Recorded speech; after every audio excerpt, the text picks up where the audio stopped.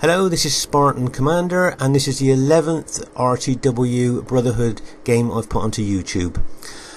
This is an unusual game, as there are two slightly unusual things that actually happen in this game, as you will see as the game unfolds. The team that I'm in today consists of Brotherhood member Uther, who has bought the Julii faction.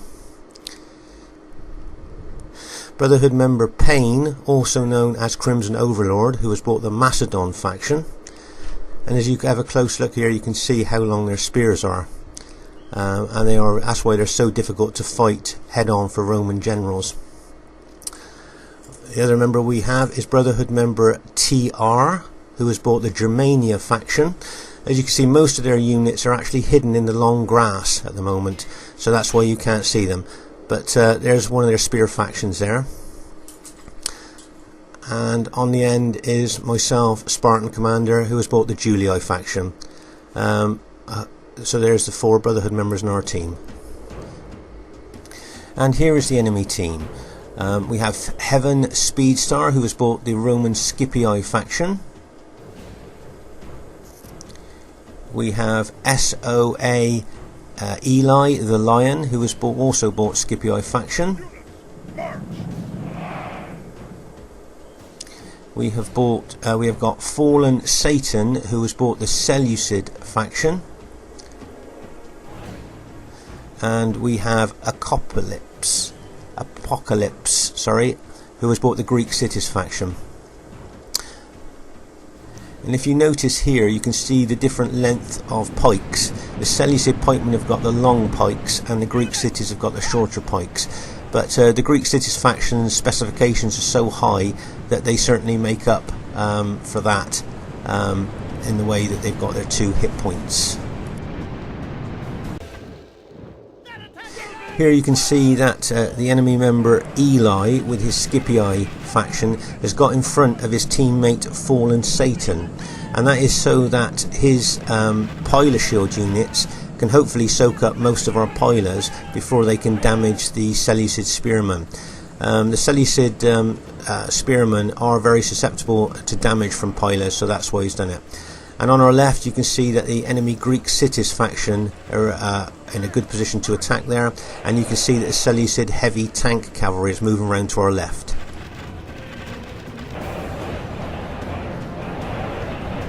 At this stage of the battle, Apocalypse with his Greek cities are now attacking my infantry, as you can see here.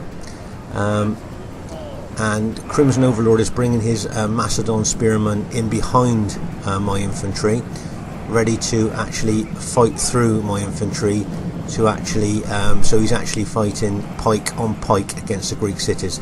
As you can see, the enemy Scipii team are moving over to our left in a flanking action here, and teammate TR as Germania are moving over to counter that threat. As you can see, the Seleucid spearmen are moving in behind Greek cities at the moment, and they are now moving over to our right with maybe a view to attacking Uther's left, the left flank of Uther there as they move over. And now the Seleucid spearmen have decided they're going to be moved over to our left flank here. As you can see, at the moment our left flank is in a very weak position here, as we've got Scipii and now Seleucid spearmen moving over to our left, plus lots of enemy cavalry there ready to attack as well. So our left flank is looking a bit exposed at the moment.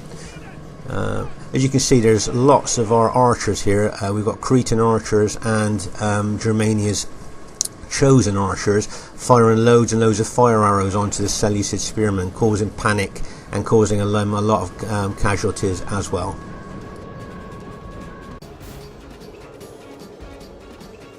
At this stage, there's lots of things going on all over the battlefield. On our right flank here, you can see Uther is fighting with Heaven Speedstar here, and over in the centre you can see Crimson Overlord Pain is Macedon spearmen having an intense battle with the Greek cities faction.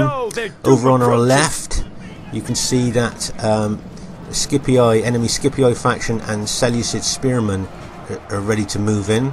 In fact, some of the Seleucid spearmen are attacking Crimson's left flank now, and he has brought a unit out to deal with that threat. As you can see, my Julii army there is also supporting the left flank as well, and also Uther's army is over on the left flank as well. Now we will see if his men can hold TR's in the army. face of this calamity. Uther's over on our right flank here, and he's just lost his general. So Crimson Overlord is taking his Macedon companion cavalry over to the right. The companion cavalry are pretty good cavalry, and the Crimson's moving them over there. I'm moving my cavalry over as well to support Uther on our right flank. So at the moment, on our right and our left flank, things are not looking very good for the Brotherhood team. I just hope that we'll be able to pull this battle around. As you see, Uther has now reformed what's left of his infantry, ready to face an expected attack by the Scipii enemy team opposite him.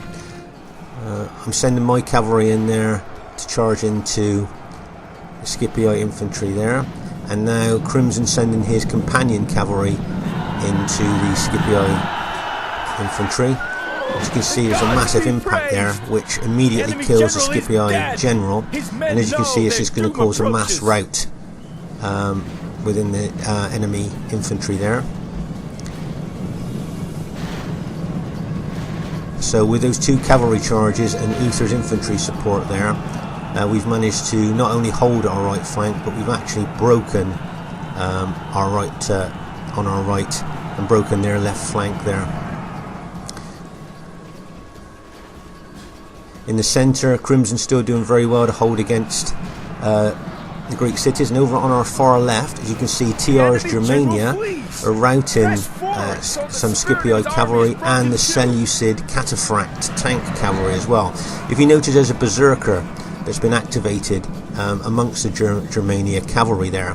The Germania cavalry are very good in themselves, but to have a berserker group with them as well, that's what's actually tipped the balance on the left flank there against the enemy, two lots of enemy cavalry.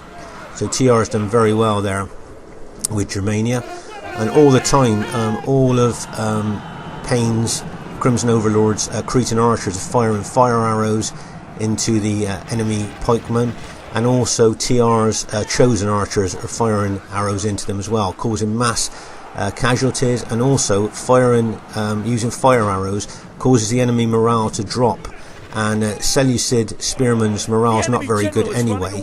So that, the arrows hitting them, plus them actually fighting good infantry, has caused a mass rout. And you can see the berserkers charging in there to attack a Scipii unit that was in Testudo. And as you can see, they really smash the enemy up in the air when they hit them. And the berserkers are a unit to be feared by most Roman generals. As you can see now, looking at the battle, it looks like the Brotherhood team has pretty well won this.